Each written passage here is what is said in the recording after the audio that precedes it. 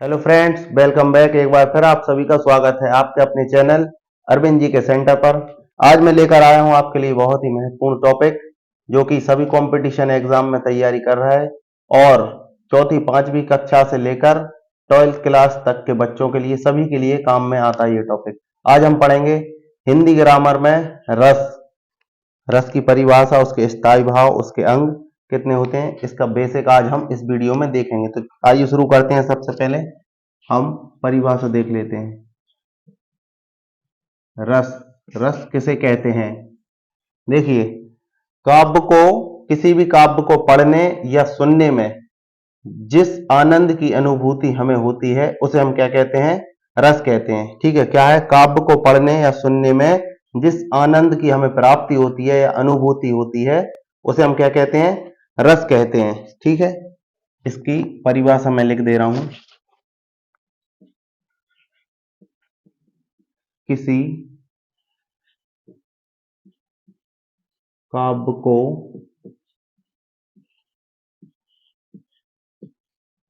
पढ़ने या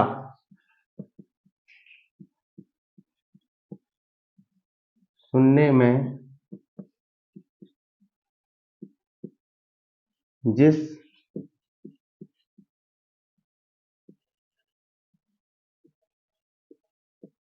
आनंद की प्राप्ति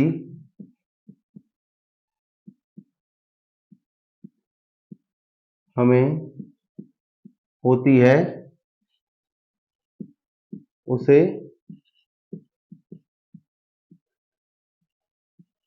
रस कहते हैं। मतलब जब हम किसी काव्य को पढ़ते या सुनते हैं तो वो पढ़ने में हमें कुछ आनंद, कुछ मजा आता है, जिसे हम क्या कहते हैं? रस कहते हैं। ठीक है। अब इसमें एक लाइन और है।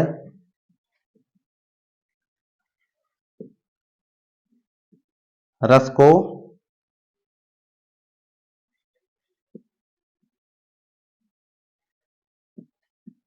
काव्य की आत्मा या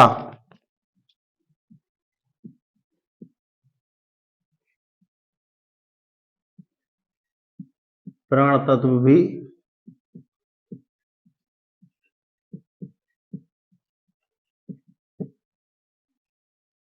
माना जाता है। ठीक है, क्या माना जाता है? काव्य की आत्मा या प्राण तत्व किसे माना जाता है? रस को। ठीक है, अब हम देखते हैं रस के अंग।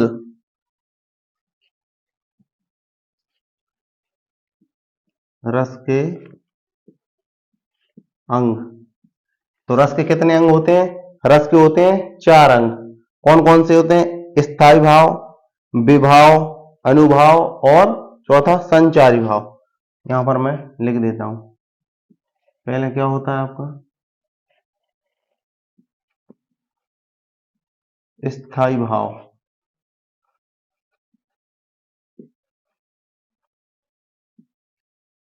फिर क्या होता है आपका? दूसरा विभाव। तीसरा क्या होता है? अनुभव। और चौथा कौन सा होता है?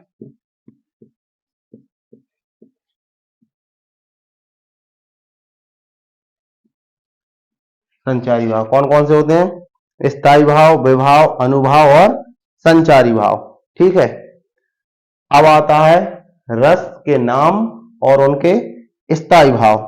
ठीक है, तो एक साइड हम रस लिख लेते हैं, एक साइड उनके स्थायी भाव लिख लेते हैं। ठीक है, यहां पर हम लिख लेते हैं रस और यहां पर उनके लिख लेंगे स्थायी भाव। तो सबसे पहला जो रस आता है वो आता है आपका कौन सा? श्रृंगार रस। आप सभी ने नाम सुना होगा, श्रृंगार रस। तो इसका स्थायी भाव क्या होता है श्रृंगार का? श्रृंगार का होता है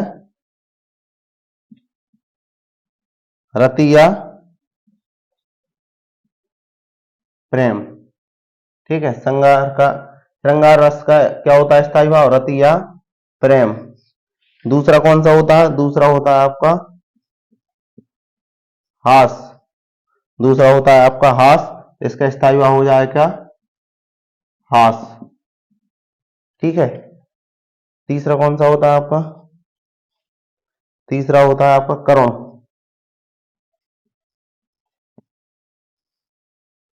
करुण, करुण का आपका हो जाता है क्या? शोक। फिर कौन सा है आपका चौथा? वीर। वीर का क्या हो जाता है आपका? उत्साह। वीर रस का क्या हो जाएगा? उत्साह। फिर कौन सा आपका पांचवा? रौद्र। रौद्र का क्या हो जाएगा? क्रोध। क्या हो जाएगा? क्रोध। ठीक है। इसके बाद में यहां पर लिख देता हूं इसको मिटाकर। ठीक है, यहां पर थोड़ी सी जगह कम है तो मैं इसको मिटा देता हूं।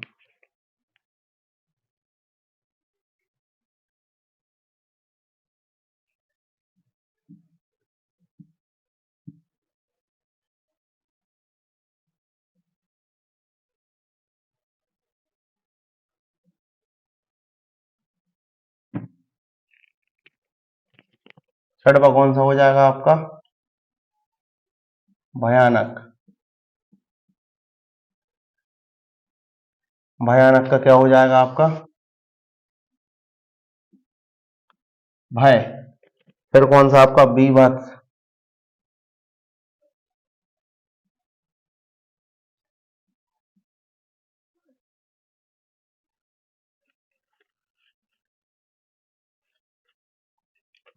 बीभत्स। बीभत्स का क्या हो जाएगा आपका? घृणा। क्या हो जाएगा? घृणा। फिर कौन सा आपका? अद्भुत। कौन सा? आठवां।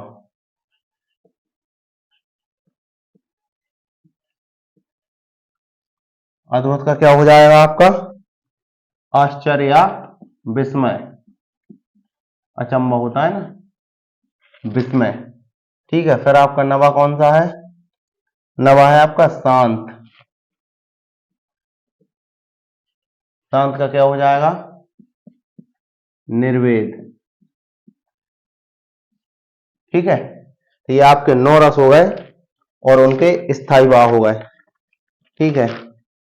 एक बार फिर से आपको बता देता हूं, रस की परिभाषा क्या होती है? काव्य को पढ़ने या सुनने में जिस आनंद की हमें प्राप्ति होती है उसे हम रस कहते हैं। ठीक है।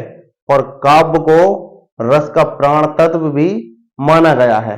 इसके बाद रस के अंग कितने होते हैं? तो रस के अंग होते हैं 4। कौन कौन से होते हैं? विभाव, अनुभाव, संचारी भाव, और एक और कौन सा था? अनुभाव। ठीक है।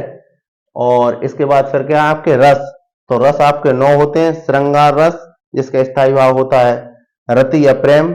फिर है आपका हास्य रस, इसका स्थायी भाव है हास।